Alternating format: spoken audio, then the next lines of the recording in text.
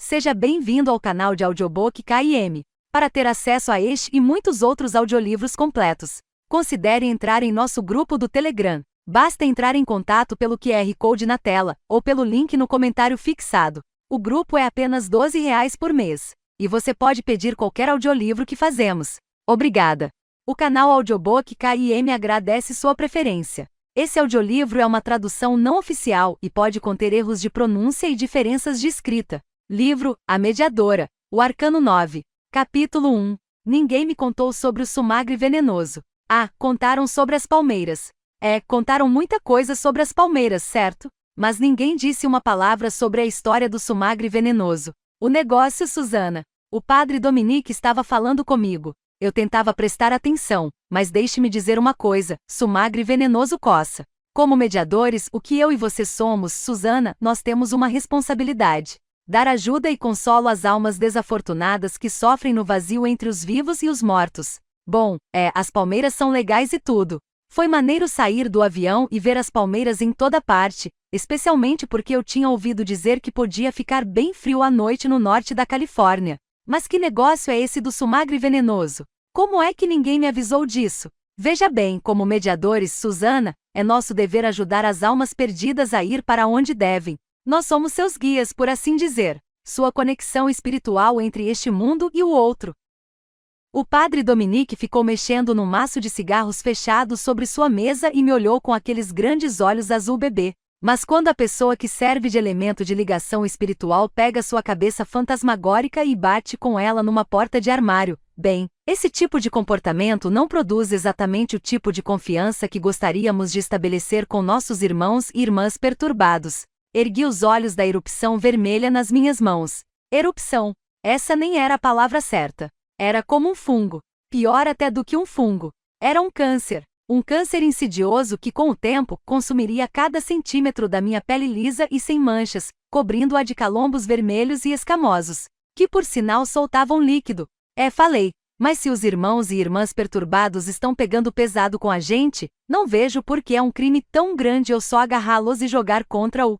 Mas você não vê, Susana? O padre Dominique apertou com força um maço de cigarros. Eu só o conhecia há 2 semanas, mas sempre que ele começava a acariciar os cigarros, que a propósito ele nunca fumava, queria dizer que estava chateado com alguma coisa. Essa coisa em particular parecia ser eu. E é por isso que você é chamada de mediadora, explicou ele. Você deveria estar ajudando a levar essas almas perturbadas à realização espiritual? Olha, Padre Dom, falei escondendo minhas mãos que soltavam líquido. Eu não sei com que tipo de fantasmas o senhor andou lidando ultimamente, mas os que andaram esbarrando comigo têm tanta probabilidade de achar realização espiritual quanto eu de achar uma fatia de pizza decente, estilo Nova York, nesta cidade. Não vai acontecer. Esses caras vão para o inferno, para o céu ou para a próxima vida na forma de uma lagarta em Katmandu. Mas de qualquer modo que a gente veja a coisa, alguns às vezes vão precisar de um pequeno chute na bunda para chegar lá. Não.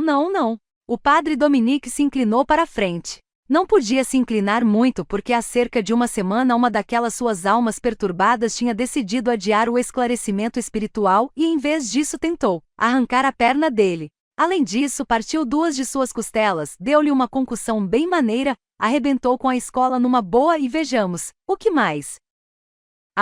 Tentou me matar. O padre Dominique estava de volta à escola, mas usava um gesso que ia até os dedos dos pés e desaparecia debaixo da batina preta, quem sabe até onde. Pessoalmente eu não gostava de pensar nisso, mas ele estava se saindo muito bem com aquelas muletas. Seria capaz de perseguir os garotos atrasados de um lado para o outro dos corredores, se fosse preciso. Mas como era o diretor e cuidar dos retardatários ficava por conta das noviças, ele não precisava. Além disso, o padre Dom era bem legal e não faria isso nem se pudesse.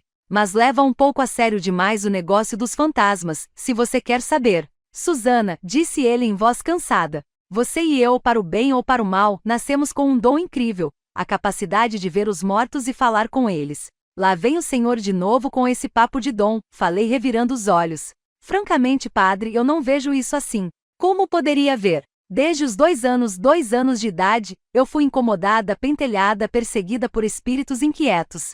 Durante 14 anos suportei o abuso deles, ajudando-os quando podia, batendo neles quando não podia. sempre com medo de alguém descobrir meu segredo e me revelar como a monstruosidade biológica que eu sempre soube que sou, mas que tentei tão desesperadamente esconder de minha mãe doce e sofredora. E então mamãe se casou de novo, se mudou e me levou para a Califórnia, no meio do segundo ano do segundo grau, muito obrigada, onde, maravilha das maravilhas, acabei conhecendo alguém que sofria do mesmo terrível talento, o Padre Dominique. Só que o Padre Dominique se recusa a ver nosso dom, do mesmo modo que eu. Para ele é uma oportunidade maravilhosa de ajudar pessoas necessitadas. Está bem. Tudo bem para ele. Ele é um padre. Não é uma garota de 16 anos que, olá, gostaria de ter uma vida social. Se você me perguntasse, um dom teria algum lado positivo. Como uma força sobre-humana ou a capacidade de ler mentes ou alguma coisa assim. Mas eu não tenho nada dessas coisas legais. Sou apenas uma garota comum de 16 anos, bem, certo, com uma aparência acima da média, se é que eu mesma posso dizer, que por acaso é capaz de conversar com os mortos. Grande coisa. Susana, disse ele agora, muito sério. Nós somos mediadores. Não somos, bem, exterminadores. Nosso dever é intervir a favor dos espíritos e guiá-los para seu destino definitivo. Fazemos isso através de orientação gentil e aconselhamento, e não desferindo um murro no rosto ou fazendo exorcismos. Ele ergueu a voz ao dizer a palavra exorcismos, mesmo sabendo perfeitamente que eu só tinha feito os exorcismos como último recurso. Quero dizer, tecnicamente isso foi culpa do fantasma, e não minha. Certo, já chega, falei, levantando as duas mãos num gesto meio de rendição. De agora em diante vou experimentar do seu modo. Vou fazer a coisa gentilzinha. Minha nossa! Vocês, da costa oeste, com vocês é tudo tapinhas nas costas e sanduíches de abacate, não é? O Padre Dominique balançou a cabeça. E como você chamaria sua técnica de mediação, Susana? Cacetadas na cabeça e chaves de braço? Muito engraçado, Padre Dom. Agora posso voltar para a aula? Ainda não. Ele brincou mais um pouco com os cigarros, batendo com o maço como se fosse abri-lo. Este vai ser o dia. Como foi o seu fim de semana? Maneiro, falei. Levantei as mãos com os nós dos dedos virados para ele. Está vendo? Ele forçou a vista. Santo Deus! Susana, o que é isso? Sumagre venenoso. Foi legal ninguém ter me dito que isso cresce em tudo que há lugar por aqui. Não cresce em toda parte. Só na floresta. Você esteve numa floresta neste fim de semana? Então seus olhos se arregalaram por trás das lentes dos óculos. Susana, você não foi ao cemitério, foi? Não foi sozinha, pelo menos. Eu sei que você se acha invencível, mas não é totalmente seguro uma jovem como você andar por cemitérios, mesmo sendo uma mediadora. Baixei as mãos e disse, enojada, eu não peguei isso em nenhum cemitério. Eu não estava trabalhando. Peguei na festa da piscina de Kelly Prescott no sábado à noite. Festa da piscina de Kelly Prescott? O Padre Dominique ficou confuso. Como você pode ter achado sumagre venenoso lá? Tarde demais, notei que provavelmente deveria ter ficado de boca fechada. Agora teria de explicar, ao diretor da minha escola, que por acaso era um padre, nada menos do que isso, que havia corrido um boato na metade da festa dizendo que meu irmão adotivo, Dunga, e uma garota chamada Debbie Mancuso estavam transando no vestiário da piscina. Claro que eu havia negado a possibilidade, já que sabia que Dunga estava de castigo. O pai de Dunga, meu novo padrasto que para um cara bem tranquilo, tipo Califórnia, acabou se mostrando um disciplinador bem sério. Tinha posto Dunga de castigo por ter chamado um amigo meu de veado. Então, quando correu o boato de que Dunga e Debbie Mancuso estavam mandando ver no vestiário da piscina, eu tive quase certeza de que todo mundo estava enganado. Fiquei insistindo que Brad, todo mundo, menos eu, chama Dunga de Brad, que é seu nome de verdade, mas acredite, Dunga, o anão maluco, combina muito mais. Estava em casa ouvindo Marilyn Manson com os fones de ouvido, já que seu pai também tinha confiscado as caixas de som dele. Mas então alguém disse, vá dar uma olhada. E eu cometi o erro de fazer isso, indo nas pontas dos pés até a janelinha que tinham indicado e espiando por ela. Eu nunca quis especificamente ver algum dos meus irmãos adotivos pelado. Não que eles sejam feios nem nada. Soneca, o mais velho, é considerado meio garanhão pela maioria das garotas da Academia da Missão Junipero Serra, onde ele está no último ano e eu no segundo. Mas isso não significa que eu tenha vontade de vê-lo andando pela casa sem cueca. E claro que Mestre, o mais novo, só tem 12 anos, é totalmente adorável com seus cabelos ruivos e orelhas de abano, mas não é o que você chamaria de um gato. Quanto ao Dunga, bem, eu particularmente nunca quis ver Dunga em pelo. De fato, Dunga deve ser a última pessoa na Terra que eu gostaria de ver nu. Felizmente, quando olhei pela janela, vi que os relatórios sobre o estágio de nudez do meu irmão, bem como sua voracidade, tinham sido grandemente exagerados. Ele e Deb só estavam dando uns amassos. Isso não quer dizer que eu não tenha ficado completamente repugnada. Quero dizer, eu não senti exatamente orgulho porque meu irmão estava ali entrelaçando a língua com a segunda pessoa mais estúpida da nossa turma, depois dele. Desviei o olhar imediatamente, claro. Quero dizer, a gente tem o canal Showtime em casa, pelo amor de Deus. E já vi muito beijo de língua antes. Não iria ficar ali de boca aberta enquanto meu irmão fazia aquilo. E quanto a Deb Mancuso, bem, só posso dizer que ela deveria dar um tempo. Ela não pode se dar ao luxo de perder mais neuronews do que já perdeu. Com todo o fixador e a mousse de cabelo que passa no banheiro feminino, entre as aulas. Foi enquanto eu estava cambaleando enojada para longe da janela do vestiário, acima de um pequeno caminho de cascalho, que acho que tropecei numa moita de sumagre venenoso. Não me lembro de ter entrado em contato com vida vegetal em qualquer outro momento deste final de semana, já que sou do tipo de garota que geralmente fica em lugares fechados. E deixe-me dizer, eu realmente tropecei naquelas plantas. Estava meio tonta por causa do horror do que tinha visto. Você sabe, as línguas e coisa e tal. E além disso, estava com sapatos de plataforma e meio que perdi o equilíbrio. As plantas às quais eu me agarrei é que me salvaram da ignomínia de desmoronar no deck da piscina de Kelly Prescott. Mas o que contei ao padre Dominique foi uma versão condensada. Disse que devo ter tropeçado numa moita de sumagre venenoso quando estava saindo da piscina dos Prescott. O padre Dominique pareceu aceitar isso e disse: bem, um pouco de hidrocortisona deve resolver. Você deveria procurar a enfermeira quando sair daqui. Certifique-se de não coçar para não espalhar. Obrigada. Melhor não respirar também. Na certa isso vai ser tão fácil quanto. O padre Dominique ignorou meu sarcasmo. É engraçado que nós dois sejamos mediadores. Nunca conheci outra pessoa que fosse, de fato, até umas semanas atrás, eu achava que era a única mediadora em todo o mundo. Mas o padre Dominique diz que há outros. Ele não sabe quantos, nem mesmo como, exatamente, os poucos de nós foram por acaso escolhidos para nossa ilustre, eu mencionei sem remuneração, carreira. Acho que a gente deveria publicar um boletim, ou algo do tipo, mediadores hoje, e fazer congressos. Eu poderia dar um seminário sobre 5 modos fáceis de dar porrada em um fantasma sem bagunçar o cabelo. De qualquer modo, voltando a mim e ao padre Dominique, para 2 pessoas que têm a mesma capacidade estranha de falar com os mortos, não poderíamos ser mais diferentes. Além da coisa da idade, já que o padre Dom tem 60 e eu 16, ele é o próprio senhor gentil, ao passo que eu, bem, não sou. Não que não tente ser. Só que uma coisa que aprendi com tudo isso é que nós não temos muito tempo aqui na Terra. Então por que desperdiçar aceitando as merdas dos outros? Particularmente quando já estão mortos. Além do sumagre venenoso, disse o padre Dominique. Há mais alguma coisa acontecendo em sua vida que você acha que eu deveria saber? Qualquer coisa na minha vida e que eu achasse que ele deveria saber. Vejamos. Que tal o fato de que eu tenho 16 anos e até agora, diferentemente de meu irmão adotivo Dunga, nunca fui beijada, quanto mais convidada para sair. Não é assim tão importante, especialmente para o padre Dom, um cara que fez voto de castidade uns 30 anos antes de eu nascer.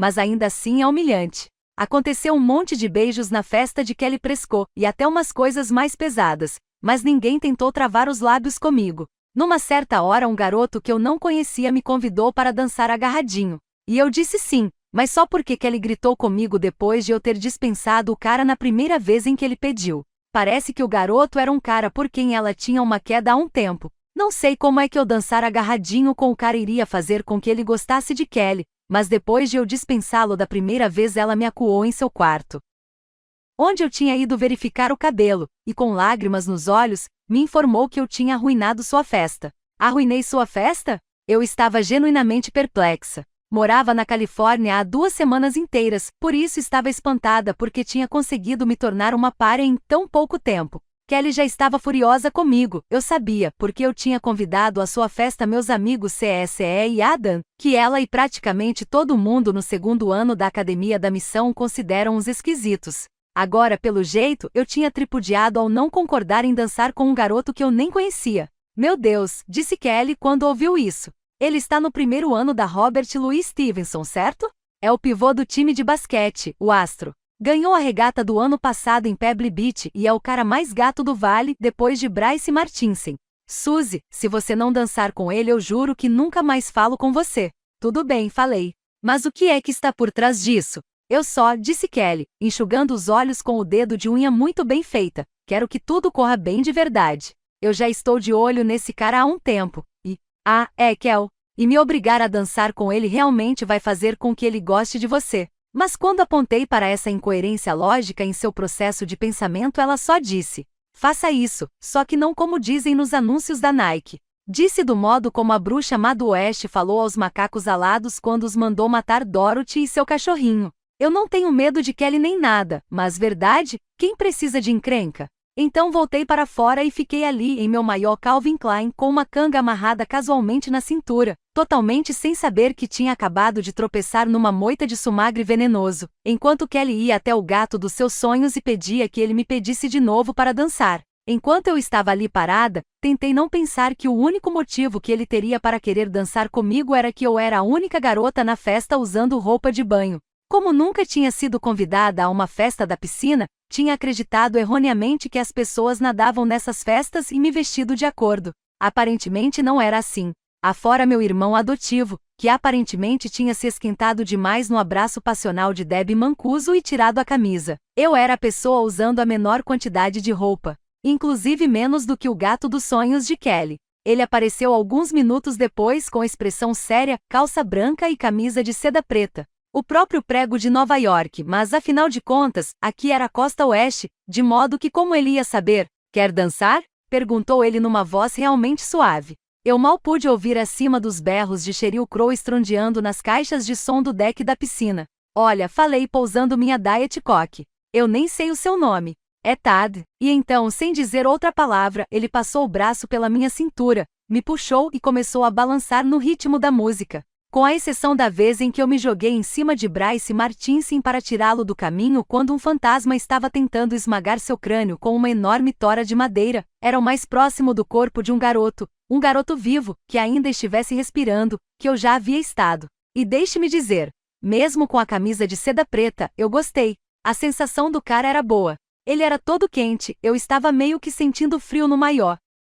Como era janeiro, claro, deveria estar frio demais para um maiô, mas aqui era Califórnia, afinal de contas, e ele cheirava a algum sabonete realmente legal, realmente caro. Além disso, era mais alto do que eu apenas o suficiente para sua respiração meio que roçar na minha bochecha daquele jeito provocador, tipo romance açucarado. Vou te contar, fechei os olhos, passei os braços em volta do pescoço do cara e balancei com ele durante os 2 minutos mais longos e mais bem-aventurados da minha vida. Então a música acabou. Obrigado, disse Tad na mesma voz macia que tinha usado antes e me soltou. E foi só isso. Ele se virou e voltou ao seu grupo de caras que estavam perto do barril de chopp que o pai de Kelly tinha comprado para ela com a condição de não deixar ninguém dirigir bêbado para casa. Condição que Kelly estava cumprindo rigidamente, não bebendo e andando com o celular com o número da Taxis Carmel na memória. E então, pelo resto da festa, Tad me evitou. Não dançou com mais ninguém. Mas não falou comigo de novo. Fim do jogo, como diria Dunga. Mas eu não achei que o padre Dominique quisesse saber sobre meus ficantes. Por isso falei. Nada. Niente. Nothing. Estranho, disse o padre Dominique pensativo. Eu diria que houve alguma atividade paranormal. Ah, o senhor quer dizer que aconteceu alguma coisa de fantasmas? Agora ele não parecia pensativo. Parecia meio chateado. Bem, sim, Susana, disse ele tirando os óculos e beliscando o osso do nariz entre o polegar e o indicador, como se tivesse subitamente uma dor de cabeça. Claro, é isso que eu quis dizer. Ele recolocou os óculos. Por quê? Aconteceu alguma coisa? Você encontrou alguém? Quero dizer, desde aquele incidente infeliz que resultou na destruição da escola? Falei devagar. Bem, capítulo 2. Na primeira vez em que ela apareceu foi mais ou menos 1 hora depois de eu ter voltado da festa de piscina para casa. Por volta das 3 da manhã, acho. E o que ela fez foi parar perto da minha cama e começar a gritar. Gritar de verdade. Alto de verdade. Ela me acordou de um sono de pedra. Eu estava ali sonhando com o Bryce Martinson. No sonho, eu e ele estávamos percorrendo a 70 Mile Drive num conversível vermelho. Não sei de quem era o conversível. Dele, acho, já que eu ainda não tenho carteira de motorista. O cabelo macio e cor de trigo de Bryce estava balançando ao vento e o sol ia afundando no mar, deixando o céu todo vermelho, laranja e roxo. Nós estávamos fazendo curvas, sabe, nos penhascos acima do Pacífico, e eu nem me sentia enjoada por causa do carro nem nada. Era um sonho realmente fantástico. Então a mulher começou a berrar praticamente no meu ouvido. E eu pergunto a você, por que eu? Claro que me sentei imediatamente totalmente acordada. Uma mulher morta aparecer berrando no quarto faz isso com a gente. Quero dizer, acordar na hora. Fiquei ali sentada piscando, porque meu quarto estava escuro de verdade. Bem, era de noite. Você sabe, de noite, quando as pessoas normais dormem. Mas não nós, os mediadores. Ah, não. Ela estava parada num trecho fino de luar que entrava pelas janelas salientes do outro lado do meu quarto. Usava um agasalho de moletom com capuz, camiseta, calças pescando siri e tênis de cano alto. O cabelo era curto, castanho russo. Era difícil dizer se era nova ou velha com aquela gritaria toda, mas meio que deduzi que tinha mais ou menos a idade da minha mãe. Por isso não saí da cama e não lhe dei um soco ali. Na hora. Provavelmente deveria ter dado. Quero dizer, eu não podia exatamente berrar de volta para ela sem acordar a casa inteira. Eu era a única que podia ouvi-la. Bem, pelo menos a única viva. Depois de um tempo acho que ela notou que eu estava acordada, porque parou de gritar e enxugou os olhos. Estava chorando pra cacete. Desculpe, disse ela. É bem, você conseguiu minha atenção. Agora, o que você quer? Eu preciso de você. Ela estava fungando. Preciso que você diga uma coisa a uma pessoa. Certo. O quê? Diga a ele. Ela enxugou o rosto com as mãos. Diga que não foi culpa dele. Ele não me matou. Essa era nova. Levantei as sobrancelhas. Dizer a ele que ele não matou você? Perguntei, só para ter certeza de que tinha ouvido direito. Ela confirmou com a cabeça. Era meio bonita, acho de um jeito meio abandonado. Ainda que provavelmente não teria feito mal se tivesse comido 1 ou 2 bolinhos quando estava viva. Você diz? Perguntou ela ansiosa. Promete? Claro, eu digo. Mas para quem? Ela me olhou de um jeito engraçado. Red, claro. Red. Ela estava brincando? Mas era tarde demais. A mulher tinha sumido. Assim, Red. Eu me virei e bati no travesseiro para afufar de novo. Red. Por que eu? Quero dizer, fala sério. Ser interrompida durante um sonho com Bryce Martinson só porque uma mulher quer que um cara chamado Red saiba que não a matou. Juro, algumas vezes me convenço de que minha vida não passa de uma série de esquetes para as videocassetadas, sem as partes em que as calças caem. Só que minha vida não é tão engraçada se você pensar bem. Especialmente eu não estava rindo quando, no minuto em que por fim achei um ponto confortável no travesseiro e ia fechar os olhos de novo para voltar a dormir, outra pessoa apareceu na faixa de luar no meio do meu quarto. Dessa vez não houve nenhum grito. Foi praticamente a única coisa pela qual me senti grata. O que é? Perguntei com uma voz bem grosseira. Ele falou balançando a cabeça. Você nem perguntou o nome dela. Eu me inclinei para frente, me apoiando nos 2 cotovelos. Era por causa desse cara que eu tinha passado a usar camiseta e short para dormir. Não que eu ficasse andando por aí em camisolas diáfanas antes de ele ter aparecido, mas certamente não iria começar a usar agora que estava dividindo o quarto com alguém do sexo masculino. Você leu isso direito. Como se ela tivesse me dado a chance, falei. Você poderia ter perguntado. Jessie cruzou os braços diante do peito, mas não se incomodou. Com licença, falei sentando-me. Este é o meu quarto. Vou tratar os visitantes especiais que entrarem nele como eu quiser, muito obrigada. Susana. Ele tinha a voz mais suave que se possa imaginar. Mais ainda do que aquele cara, o Tad, era como seda ou alguma coisa do tipo. Era realmente difícil ser má com um cara que tinha uma voz daquelas. Mas o negócio é que eu precisava ser má. Porque mesmo ao luar eu podia perceber a largura de seus ombros fortes, a abertura em V de sua camisa branca e fora de moda, revelando uma pele morena, azeitonada, alguns pelos no peito e provavelmente os abdominais mais bem definidos que você já viu. Também podia ver os planos fortes de seu rosto, a cicatriz minúscula numa das sobrancelhas pretíssimas, onde alguma coisa, ou alguém, tinha o cortado uma vez. Kelly Prescott estava errada. Martinson não era o cara mais gato de Carmel. Era Jessie. E se eu não fosse má com ele? Sabia que ia acabar me apaixonando. E o problema era, veja bem, ele estava morto. Se você vai fazer isso, Susana, disse ele naquela voz sedosa, não faça pela metade. Olha, Jessie, minha voz não estava nem um pouco sedosa. Era dura que nem pedra. Ou foi o que eu disse a mim mesma, pelo menos. Eu venho fazendo isso há muito tempo sem ajuda sua, certo? Ela estava obviamente muito carente e você? E você? Perguntei irritada. Vocês dois vivem no mesmo plano astral, se é que não estou enganada. Por que você não pegou a patente e o número de registro dela?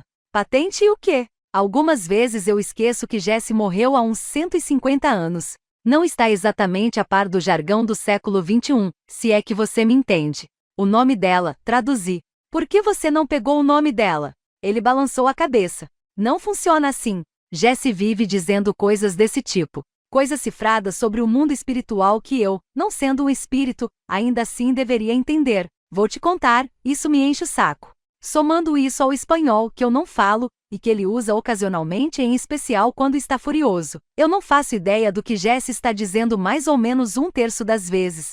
O que é irritante pra burro. Quero dizer, eu tenho de dividir meu quarto com o cara porque foi nesse quarto que ele levou um tiro, ou sei lá o que tipo em 1850, quando a casa era uma espécie de pensão para garimpeiros e vaqueiros, ou no caso de Jessie, filhos de fazendeiros ricos que deveriam se casar com suas primas lindas e ricas, mas que eram tragicamente assassinados no caminho para a cerimônia. Pelo menos foi o que tinha acontecido com Jessie. Não que ele tivesse me contado isso, nem nada. Não, eu tive de deduzir sozinha, ainda que meu irmão adotivo mestre tenha ajudado. Não é um assunto que Jessie pareça muito interessado em discutir, o que é meio estranho porque, na minha experiência, tudo que os mortos querem falar é como foram para outra banda. Mas não Jessie. Ele só quer falar de como eu sou uma mediadora fajuta. Mas talvez ele tenha alguma razão. Quero dizer, segundo o padre Dominique, eu deveria estar servindo de condutora espiritual entre a terra dos vivos e a terra dos mortos. Mas na maior parte do tempo o que estava fazendo era reclamar porque ninguém me deixava dormir.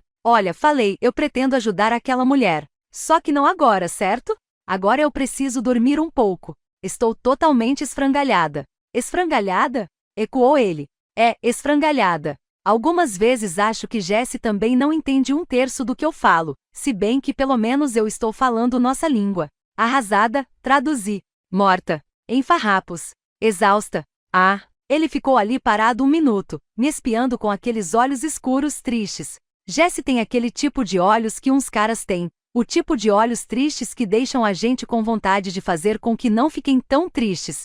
Por isso eu preciso fazer questão de ser tão má com ele. Tenho quase certeza de que há uma regra contra isso. Quero dizer, segundo as diretrizes de mediação do Padre Dom, sobre mediadores e fantasmas se juntando e tentando, bem, botar o outro para cima. Se é que você me entende. Então boa noite, Susana, disse Jessie naquela voz profunda e sedosa. Boa noite. Minha voz não é profunda nem sedosa. Naquele momento, de fato, ela saiu meio esganiçada. Geralmente é assim quando estou falando com Jessie. Com mais ninguém. Só com o Jessie. O que é fantástico. No único momento em que eu quero parecer sensual e sofisticada, fico esganiçada. Fantástico. Rolei puxando as cobertas sobre o rosto, que dava para perceber que estava ruborizado. Quando espiei por baixo delas um instante depois, vi que ele tinha sumido. Esse é o estilo do Jessie. Ele aparece quando eu menos espero e desaparece quando menos quero. É assim que os fantasmas agem. Veja o meu pai. Ele vem fazendo umas visitas sociais totalmente aleatórias desde que morreu há uma década. E aparece quando eu realmente preciso. Tipo quando mamãe me fez mudar para cá, para uma costa completamente diferente, onde eu não conhecia ninguém e fiquei totalmente solitária. Claro que não. Nenhum sinal do bom e velho papai. Ele sempre foi bastante irresponsável, mas eu realmente achava que no momento em que eu precisasse. Mas não posso acusar Jessie de ser irresponsável. Na verdade, ele era um pouco responsável demais. Até havia salvado minha vida não uma vez, mas 2. E eu só o conheci há 2 semanas. Acho que você pode dizer que eu meio que lhe devia uma. Então, quando o padre Dominique me perguntou em sua sala se tinha acontecido alguma coisa de fantasma, eu meio que menti e disse que não. Acho que é pecado mentir, especialmente para um padre, mas o negócio é o seguinte. Eu nunca contei exatamente ao padre Dom sobre Jessie. Só achei que ele poderia ficar perturbado, você sabe, sendo um padre e coisa e tal, ao saber que havia um cara morto no meu quarto. E o fato é que obviamente Jessie estava ali havia tanto tempo por algum motivo. Parte do serviço de mediador é ajudar os fantasmas a deduzir que motivo é esse. Em geral, assim que o fantasma sabe, ele pode cuidar do que o está mantendo preso neste meio de caminho entre a vida e a morte e ir em frente. Mas algumas vezes, e eu suspeitava de que esse fosse o caso de Jessie, o cara morto não sabe porque continua por aqui. Não faz a mínima ideia. É quando eu tenho de usar o que o padre Dom chama de minhas habilidades intuitivas. O negócio é que eu sou meio carente nesse departamento porque não sou muito boa em intuição. Sou muito melhor quando eles, os mortos, sabem perfeitamente bem porque continuam por aqui, mas simplesmente não querem ir para onde devem porque o que os espera lá provavelmente não é assim maravilhoso. Esses são os piores tipos de fantasmas, cujas bundas eu não tenho opção além de chutar. Por acaso eles são minha especialidade. O padre Dominique, claro, acha que nós devemos tratar todos os fantasmas com dignidade e respeito, sem o uso dos punhos. Discordo. Alguns fantasmas simplesmente merecem levar um pau nas fuças, e eu não me sinto nem um pouco mal em fazer isso. Mas não a dona que apareceu no meu quarto. Ela parecia uma figura bem decente, só meio confusa. O motivo para eu não ter contado ao padre Dom sobre ela era que, na verdade, eu estava meio com vergonha do modo como a havia tratado. Jesse estava certo em ter gritado comigo. Eu tinha sido sacana com ela, e sabendo que ele estava certo, tinha sido sacana com ele também. Então você vê, eu não podia contar ao padre Dom sobre Jesse nem sobre a dona que Red não tinha matado. Achava que de qualquer modo a dona seria atendida logo. E Jesse? Bem, com Jesse eu não sabia o que fazer. Estava praticamente convencida de que não havia nada que pudesse fazer com relação ao Jesse. Além disso, eu estava com certo medo de estar me sentindo assim. Porque na verdade não queria fazer nada com relação ao Jesse. Por mais que fosse um saco ter de trocar de roupa no banheiro e não no quarto, Jesse parecia sentir uma aversão ao banheiro, que tinha sido construído depois de ele ter morado na casa, e não poder usar camisolas diáfanas na cama. Eu meio que gostava de ter Jesse por perto. E se contasse sobre ele ao padre Dom, o padre Dom ficaria todo alterado e incomodado e iria querer ajudá-lo a ir para o outro lado. Mas que bem isso iria me fazer? Aí eu nunca mais iria vê-lo. Isso era egoísmo da minha parte? Quero dizer, eu meio achava que se ele quisesse ir para o outro lado, teria feito alguma coisa a respeito. Ele não era um daqueles fantasmas do tipo, me ajuda que eu estou perdido, como a que tinha vindo com o recado para Red. De jeito nenhum. Jesse era um fantasma do tipo, não mexa comigo, eu sou misterioso demais. Você sabe quais são. Aqueles com sotaque e abdominais de matar. De modo que admito. Eu menti. E daí? Pode me processar. Não, falei. Não há nada a relatar, padre Dom. Nem sobrenatural nem de outro tipo. Seria minha imaginação ou o padre Dominique pareceu meio desapontado? Para dizer a verdade, acho que ele meio gostou quando eu arrebentei a escola inteira. Sério. Por mais que ele reclamasse disso, não acho que se incomode tanto com minhas técnicas de mediação. Isso certamente lhe dava motivo para fazer sermões, e como diretor de uma minúscula escola particular em Carmel, Califórnia, não posso imaginar que ele tenha realmente muito do que reclamar. Além de mim, quero dizer. Bem, disse ele, tentando não deixar que eu visse como estava frustrado com minha falta do que informar. Tudo bem. Em seguida se animou. Eu soube que houve uma batida com 3 carros em Sunny Valley. Talvez devêssemos ir até lá e ver se alguma daquelas pobres almas perdidas precisa da nossa ajuda. Olhei-o como se ele estivesse pirado. Padre Dom, falei chocada. Ele brincou com os óculos. É nós. Quero dizer, eu só pensei. Olha, padre, falei me levantando. O senhor tem de lembrar uma coisa. Eu não sinto o mesmo que o senhor com relação a esse nosso domingo. Nunca pedi e nunca gostei dele. Só quero ser normal, sabe? O padre Dom pareceu abalado. Normal? Repetiu ele. Como se dissesse, quem raios poderiam querer ser normal? É normal. Quero passar o tempo preocupada com coisas normais com as quais as garotas de 16 anos se preocupam. Tipo o dever de casa e porque nenhum garoto quer sair comigo e porque meus irmãos adotivos têm de serem uns panacas tão grandes. Eu não adoro exatamente esse negócio de caça-fantasmas, certo? Então, se eles precisam de mim, que me achem. Mas com toda a certeza não vou procurá-los. O padre Dominique não se levantou de sua cadeira. Na verdade não podia por causa do gesso. Pelo menos não sem ajuda. Nenhum garoto quer sair com você? Perguntou, parecendo perplexo. Eu sei. É um dos grandes enigmas do mundo moderno. Já que eu sou tão linda e coisa e tal. Especialmente com isso aqui. Levantei minhas mãos soltando líquido. Mesmo assim o padre Dominique ficou confuso. Mas você é terrivelmente popular, Susana. Quero dizer, afinal de contas você foi eleita vice-presidente da turma do 2º ano na sua primeira semana na Academia da Missão. E eu julgava que Bryce Martinson gostava bastante de você. É, gostava. Até que o fantasma de sua ex-namorada, que eu fui obrigada a exorcizar, quebrou a clavícula dele e ele teve de mudar de escola, e então se esqueceu imediatamente de mim. Bem, então, disse o padre Dominique como se isso resolvesse a coisa. Você não tem nada com que se preocupar nesse âmbito. O âmbito dos garotos, quero dizer. Eu só olhei para ele. Coitado do velho. Isso quase bastou para fazer com que eu sentisse pena. Tenho de voltar para a aula, falei pegando meus livros. Ultimamente eu tenho passado muito tempo na sala do diretor, as pessoas vão pensar que eu tenho alguma ligação com o estabelecimento e pedir para eu me demitir do cargo. Certamente. Claro. Aqui está o seu passe. E tente se lembrar do que nós discutimos, Susana. O mediador é alguém que ajuda os outros a resolver conflitos. E não alguém que, bem, acerta os outros no rosto. Sorri para ele. Vou lembrar-me disso. E lembraria mesmo. Logo depois de ter chutado a bunda de Red. Quem quer que ele fosse. Capítulo 3.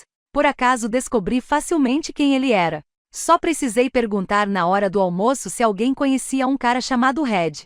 Em geral não é tão fácil assim. Nem vou contar sobre a quantidade de catálogos telefônicos que revirei, as horas que passei na internet. Para não falar das desculpas esfarrapadas que tive de dar à minha mãe, tentando explicar as contas de telefone que produzi tentando conseguir informações. Desculpe, mamãe. Eu realmente tinha de descobrir se havia alguma loja, num raio de 80 quilômetros, que vendesse sapatos Manolo Blahnik. Mas dessa vez foi tão fácil que quase me fez pensar, talvez esse negócio de mediadora não seja tão ruim. Isso, claro, naquela hora. Eu ainda não tinha achado o Red. Alguém conhece um cara chamado Red? Perguntei ao pessoal com quem eu tinha começado a almoçar e com quem achava que continuaria almoçando regularmente. É claro, disse Adam. O nosso velho amigo Rédia, a larva solitária. Não é Red de Rédia, eu disse. Esse é só Red mesmo. Talvez já seja adulto. Talvez mora na área. Red Beaumont, disse CSE. Ela estava comendo pudim num copo plástico. Uma gaivota grande e gorda se empoleirava a menos de 30 centímetros de distância, olhando a colher a cada vez que CSE a mergulhava no copo e depois levava aos lábios. A Academia da Missão não tem lanchonete. A gente come do lado de fora todo dia, até aparentemente em pleno inverno. Mas o inverno daqui não era como o de Nova York, claro. Aqui em Carmel fazia uma temperatura agradável de 21 graus e havia sol do lado de fora. Na minha cidade, segundo o Canal do Tempo, tinha nevado 15 centímetros. Eu estava na Califórnia há quase 3 semanas, mas até agora não tinha chovido nenhuma vez. Eu ainda estava para descobrir onde a gente comeria se chovesse na hora do almoço. Eu já havia aprendido do modo mais difícil o que acontece se a gente alimenta as gaivotas. Tadeusz Beaumont é um empreendedor imobiliário. CSE terminou o pudim e começou a comer uma banana que tirou de um saco de papel que estava ao seu lado no banco. CSE nunca compra lanches na escola. Ela tem uma coisa com comida industrializada. CSE continuou enquanto descascava a banana. Os amigos o chamam de Red. Não pergunte por que, já que ele não tem cabelos ruivos. Mas por que você quer saber? Essa era sempre a parte complicada. Sabe, a parte do por que você quer saber. Porque o fato é que afora o Padre Dom. Ninguém sabe sobre mim. Quero dizer, sobre o negócio de mediadora. Nem CSE, nem Adam. Nem mesmo minha mãe. Mestre, meu irmão adotivo mais novo, suspeita, mas não sabe. Nem tudo. Minha melhor amiga, Gina, lá do Brooklyn, provavelmente foi quem chegou mais perto de deduzir, e isso apenas porque, por acaso, estava presente quando Madame Zara, uma taróloga que a Gina me obrigou a consultar, me olhou chocada e disse: "Você fala com os mortos." Gina achou maneiro. Só que nunca soube, não de verdade, o que isso significava. Porque o que isso significa, claro, é que eu nunca durmo o suficiente, tenho machucados que não posso explicar, provocados por pessoas que ninguém mais pode ver e, claro, não posso trocar de roupa no meu quarto porque o fantasma de um cowboy morto há 150 anos pode me ver nua. Alguma pergunta? Para CSE eu apenas disse: é só uma coisa que eu ouvi na TV. Não era tão difícil mentir aos amigos.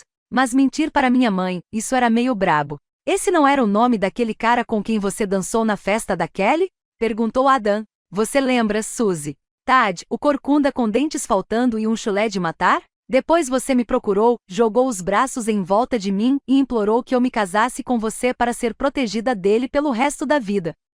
Falei. Ele mesmo. É o pai dele, disse CSE. CSE sabe de tudo no mundo porque é editora, e redatora e fotógrafa do Notícias da Missão, o jornal da escola. Tad Beaumont é o filho único de Red Beaumont.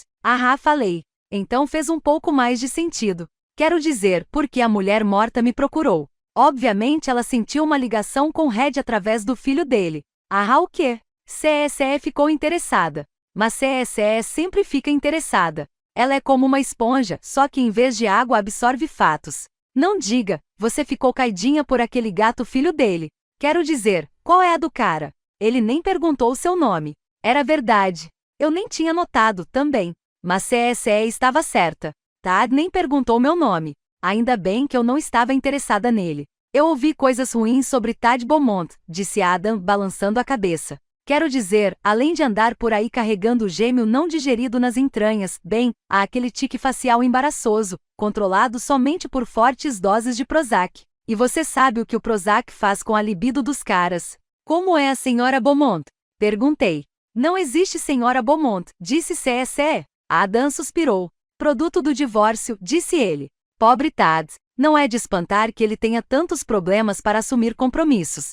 Ouvi dizer que ele costuma namorar 3, 4 garotas ao mesmo tempo. Mas talvez isso seja por causa do vício sexual. Ouvi dizer que há um grupo de ajuda para isso.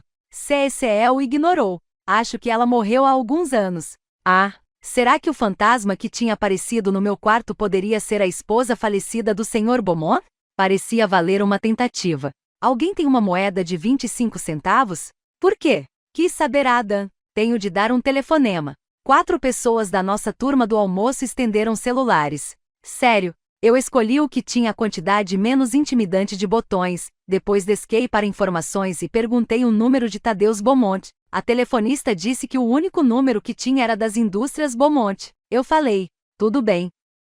Caminhando até o trepa-trepa das crianças, a Academia da Missão tem turmas do jardim de infância até o 3º ano, e o playground onde a gente almoça tem até caixa de areia, se bem que eu seria incapaz de encostar nela, com as gaivotas e tudo, para ter um pouco de privacidade. Falei à recepcionista que atendeu com um alegre Indústrias Beaumont em que posso ser útil, que precisava falar com o Sr. Beaumont. Quem eu devo anunciar, por favor? Pensei nisso.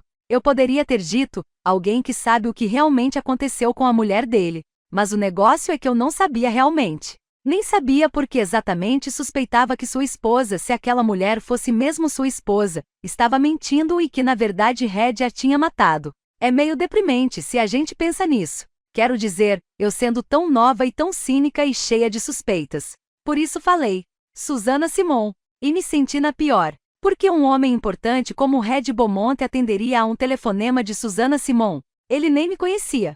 Sem dúvida, a recepcionista me tirou da espera um segundo depois e disse: o Sr. Beaumont está atendendo a outro telefonema neste momento. Posso pegar um recado? Ah, falei, pensando rápido. Diga a ele que estou ligando do jornal da Academia da Missão Junipero Serra. Eu sou repórter, e nós estamos fazendo uma matéria sobre as 10 pessoas mais influentes do condado de Salinas. Eu lhe dei o número da minha casa. E pode dizer para não ligar antes das 3? Porque eu só saio da escola a essa hora. Assim que a recepcionista ficou sabendo que eu era uma garota, ficou ainda mais gentil. Claro, querida, disse ela numa voz açucarada. Vou dizer ao Sr. Beaumont. Até loguinho. Desliguei. O até loguinho me irritou. O Sr. Beaumont ficaria bem surpreso quando ligasse para mim e entrasse em contato com a rainha do povo das trevas, em vez de Lois Lane. Mas o negócio é que Tadeusz Red Beaumont nem se incomodou em ligar de volta. Acho que quando você é zilionário, ser considerado uma das 10 pessoas mais influentes por um jornaleco de escola não é lá grande coisa. Eu fiquei em casa o dia inteiro depois das aulas e ninguém ligou. Pelo menos não para mim. Não sei por que achei que seria tão fácil. Acho que tinha sido levada a um falso sentimento de segurança por ter conseguido descobrir o nome dele com tanta facilidade. Estava sentada no meu quarto, admirando o meu sumagre venenoso aos raios do sol poente, quando mamãe me chamou para o jantar. O jantar é um negócio muito importante no lar dos Ackerman. Basicamente minha mãe já havia me informado que me mataria se eu não aparecesse para o jantar toda noite, a não ser que tivesse combinado a ausência antecipadamente com ela. Seu novo marido, Andy, além de tremendo carpinteiro, é um cozinheiro muito bom e vinha fazendo grandes jantares toda noite para os filhos desde que eles ganharam dentes, ou sei lá o quê, e cafés da manhã com panquecas nos domingos também. Posso dizer que o cheiro de xarope de bordo de manhã me dá ânsias de vômito? O que há de errado, pergunto eu, num pãozinho simples com queijo cremoso, e talvez um salmãozinho defumado com uma fatia de limão e umas alcaparras. Aqui está ela, disse minha mãe quando eu entrei arrastando os pés na cozinha com as roupas pós-escola, jeans rasgados, camiseta de seda preta e botas de motociclista. São roupas assim que fizeram meus irmãos adotivos suspeitarem que eu faça parte de uma gangue. Apesar de minhas negativas insistentes, mamãe fez um grande alarde vindo até mim e me beijando no topo da cabeça. Isso é porque desde que mamãe conheceu Andy Ackerman, ou Andy Jeitoso, como ele é conhecido no programa de trabalhos manuais que apresenta na TV a cabo, casou com ele, me obrigando a me mudar para a Califórnia para morar com ele e os 3 filhos. Ela está incrível e nojentamente feliz. Vou lhe contar, entre isso e o xarope de bordo, eu não sei o que é mais repulsivo. Olá, querida, disse mamãe embolando todo o meu cabelo. Como foi o seu dia? Ah, ótimo. Ela não ouviu o sarcasmo na minha voz. O sarcasmo era completamente desperdiçado com mamãe desde que ela conheceu Andy. E como foi a reunião do diretório estudantil? Sacal. Isso foi Dunga tentando ser engraçado imitando minha voz. O que quer dizer com sacal? Andy lá no fogão estava virando quesadilhas que chiavam na grelha que ele havia posto sobre os queimadores. O que exatamente foi sacal? Brad, falei. O que foi sacal? Você e Debbie Mancuso estavam brincando com os pés debaixo da mesa ou algo do tipo? Dunga ficou todo vermelho. Ele faz luta livre. Seu pescoço é grosso como minha coxa. Quando seu rosto fica vermelho, o pescoço fica mais vermelho ainda. É lindo de ver. De que você está falando? Perguntou Dunga. Eu nem gosto de Debbie Mancuso. Claro que não, falei. É por isso que se sentou junto dela no almoço hoje. O pescoço de Dunga ficou cor de sangue. David. Andy, perto do fogão, começou a berrar subitamente. Dake. Andem vocês dois. O jantar está pronto. Os outros 2 filhos de Andy, Soneca e Mestre, vieram arrastando os pés. Bem, Soneca veio arrastando os pés. Mestre veio saltando. Mestre era o único filho de Andy que eu conseguia me lembrar de chamar pelo nome de verdade. Isso porque, com seu cabelo ruivo e aquelas orelhas que se projetam de verdade da cabeça, ele parecia um personagem de desenho animado. Além disso, era muito inteligente e nele eu via um bocado de ajuda potencial para meu dever de casa, mesmo estando 3 séries à sua frente.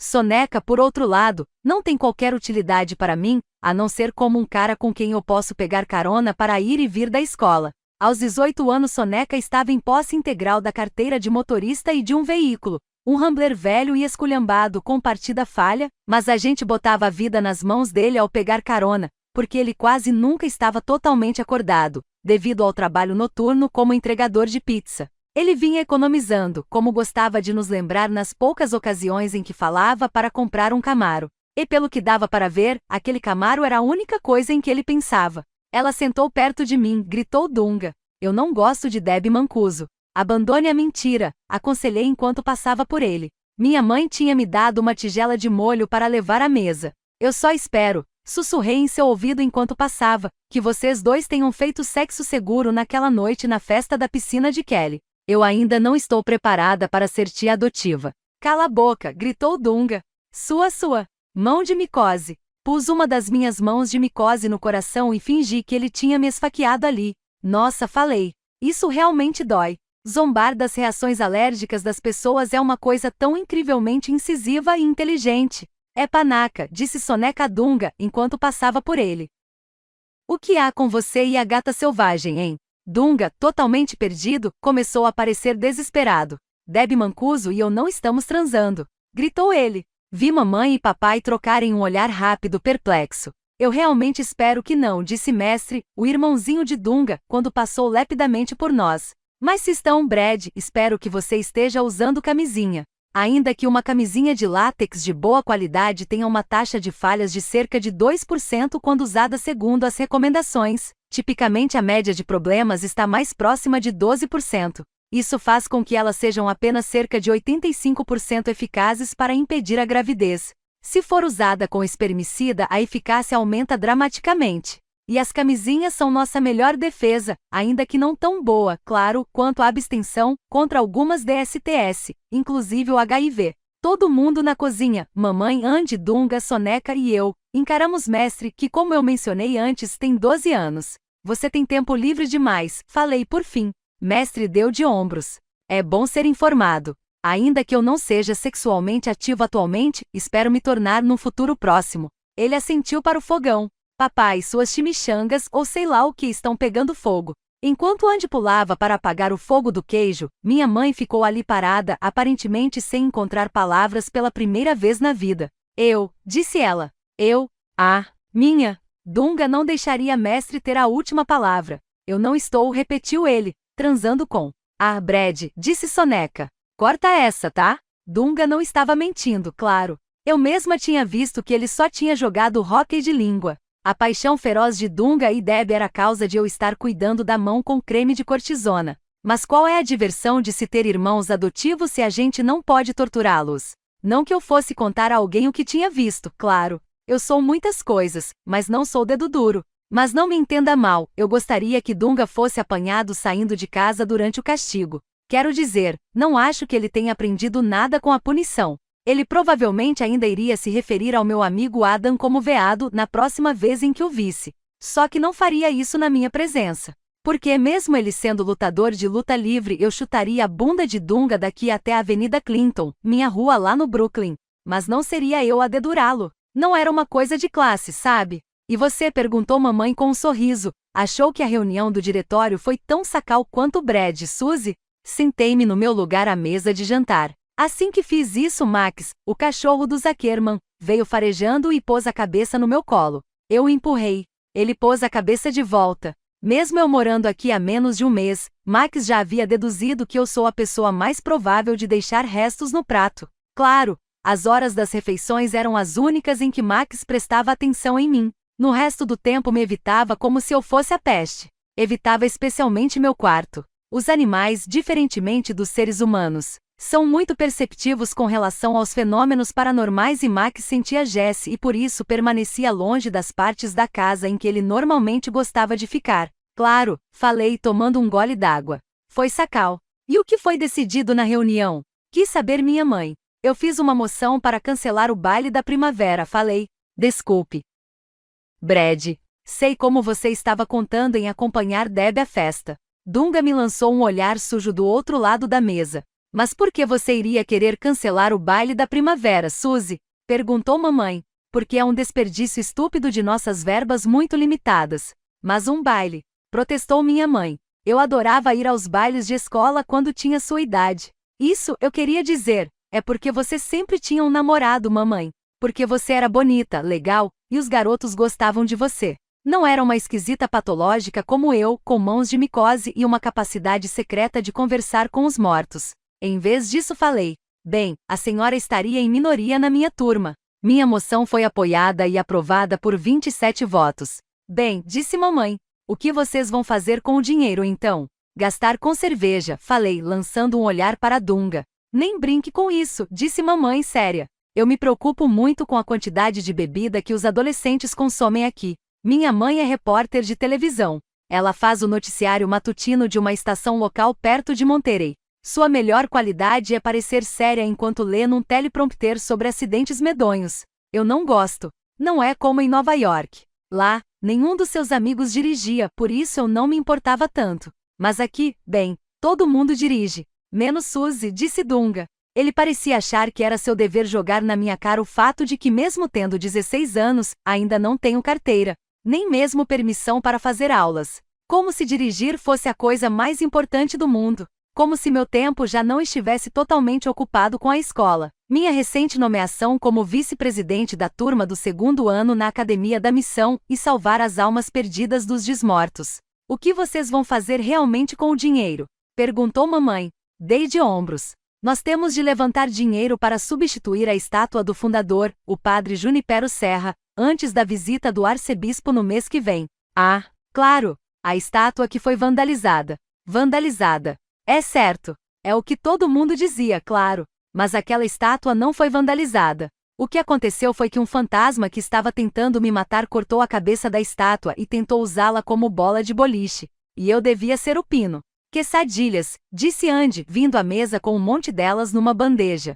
Aproveitem enquanto estão quentes. O que se seguiu foi um caos tão grande que eu só pude ficar sentada, com a cabeça de Max ainda no colo, e assistir em horror. Quando terminou, todas as quesadilhas tinham sumido, mas meu prato e o da minha mãe ainda estavam vazios. Depois de um tempo, Andy notou isso, pousou o garfo e disse, irritado: Ei, pessoal, Vocês já pensaram em esperar para pegar a segunda porção depois de todo mundo na mesa pegar a primeira? Aparentemente não. Soneca, Dunga e Mestre olharam sem graça para seus pratos. Desculpe, disse Mestre estendendo o prato com queijo e molho pingando na direção de mamãe. Pode pegar um pouco do meu. Minha mãe pareceu sentir um certo nojo. Não, obrigada, David. Vou ficar só com a salada, acho. Suzy, disse Andy, pondo seu guardanapo na mesa. Vou fazer a quesadilha com mais queijo que você já. Empurrei a cabeça de Max para fora do caminho e estava de pé antes que Andy pudesse sair de sua cadeira. Sabe de uma coisa? Falei. Não se incomode. Realmente acho que só vou comer um pouco de cereal. Andy ficou magoado. Suzy, não é problema. Não, sério, falei. Eu ia treinar kickboxing com minha fita de vídeo depois e muito queijo ia acabar pesando. Mas, disse Andy, eu vou fazer mais de qualquer modo. Ele estava tão patético que eu não tive opção além de dizer, bem, vou experimentar uma. Mas por enquanto termine o que está no seu prato, e eu vou pegar um pouco de cereal. Enquanto eu estava falando, ia recuando da sala. Assim que cheguei em segurança à cozinha com Max nos meus calcanhares, ele não era idiota, sabia que não conseguiria uma migalha daqueles caras na sala. Eu era o ingresso de Max para comida de gente. Peguei uma caixa de cereal e uma tigela, depois abri a geladeira para pegar um pouco de leite. Foi então que ouvi uma voz suave sussurrar atrás de mim. Suzy, girei. Não precisei ver Max saindo de fininho da cozinha com o rabo entre as pernas para saber que estava na presença de outro membro daquele clube exclusivo conhecido como os Desmortos. Capítulo 4. Quase morri de susto. Meu Deus, papai. Fechei a porta da geladeira com força. Eu já disse para não fazer isso. Meu pai, ou o fantasma do meu pai, devo dizer, estava encostado na bancada da cozinha com os braços cruzados no peito. Parecia presunçoso. Ele sempre parece presunçoso quando consegue se materializar pelas minhas costas e me matar de susto. Então, disse ele, tão casualmente como se estivéssemos falando de sanduíches numa lanchonete. Como vão as coisas, moça? Olhei-o irritada. Meu pai continuava exatamente como quando fazia suas visitas surpresa ao nosso apartamento no Brooklyn. Estava usando a roupa com a qual tinha morrido, calça de moletom cinza e uma camisa azul onde estava escrito Omeport, Menencha, frutos do mar frescos o ano inteiro. Papai, onde você esteve? E o que está fazendo aqui? Não deveria estar assombrando os novos inquilinos do nosso apartamento no Brooklyn? Eles são uns chatos. 2 e o pis. Queijo de cabra e Cabernet Sauvignon, é só disso que falam. Pensei em ver como você e sua mãe estavam se virando. Ele estava espiando pelo passa-pratos que Andy havia instalado ao atualizar a cozinha estilo 1850 quando tinha comprado a casa junto com mamãe. É ele? Perguntou meu pai. O cara com o... O que é aquilo, afinal? É uma quesadilha. E sim, é ele. Agarrei o braço do meu pai e o arrastei até a ilha de instrumentos no centro, de modo que não conseguisse vê-los mais. Tinha de falar sussurrando para garantir que ninguém entreouvisse. É por isso que você está aqui? Para espionar mamãe e o novo marido dela? Não, disse meu pai, parecendo indignado. Eu tenho um recado para você. Mas admito que queria dar uma passada e verificar como são as coisas, garantir que ele é suficientemente bom para ela. Esse tal de Andy. Olhei-o zangada. Papai, acho que a gente já falou isso. Você deveria ir em frente, lembra? Ele balançou a cabeça, tentando fazer sua cara de cachorrinho triste, achando que isso poderia me fazer recuar. Eu tentei, Suzy, falou pesaroso. Tentei mesmo. Mas não posso. Encarei-o cética. Será que já mencionei que na vida meu pai tinha sido advogado criminologista como sua mãe? Ele era um ator quase tão bom quanto Lassie. Podia fazer cara de cachorrinho triste como ninguém. Por que, papai? O que está segurando você? Mamãe está feliz. Juro que está. Isto basta para dar vontade de vomitar, mas está feliz demais. E eu estou indo bem, verdade? Então o que está segurando você aqui? Ele deu um suspiro triste. Você diz que está bem, Suzy, mas não está feliz. Ah, pelo amor de Deus. Não vem com essa de novo. Sabe o que me deixaria feliz, papai? Você ir em frente. Isso me faria feliz. Você não pode passar sua pós-vida me seguindo e se preocupando comigo. Por quê? Porque sibilei com os dentes trincados. Você vai me deixar maluca. Ele piscou tristonho. Você não me ama mais, é isso, moça? Certo. Captei a dica. Talvez eu vá assombrar vovó um tempo. Ela não é tão divertida porque não pode me ver, mas talvez se eu chacoalhar algumas portas. Papai. Olhei por cima do ombro para garantir que ninguém estivesse ouvindo. Olha, qual é o recado? Recado? Ele piscou, depois disse: "Ah, é, o recado." De repente ele ficou sério. "Eu soube que você tentou contatar um homem hoje." Olhei-o de soslaio, cheia de suspeitas. Red Beaumont. "É, tentei." "E daí? Esse não é um cara com quem você queira mexer, Suzy." "Ah, e por quê?" "Não posso dizer por quê." Seja bem-vindo ao canal de audiobook KM. Para ter acesso a este e muitos outros audiolivros completos, considere entrar em nosso grupo do Telegram. Basta entrar em contato pelo QR Code na tela, ou pelo link no comentário fixado. O grupo é apenas R$ 12 por mês. E você pode pedir qualquer audiolivro que fazemos. Obrigada!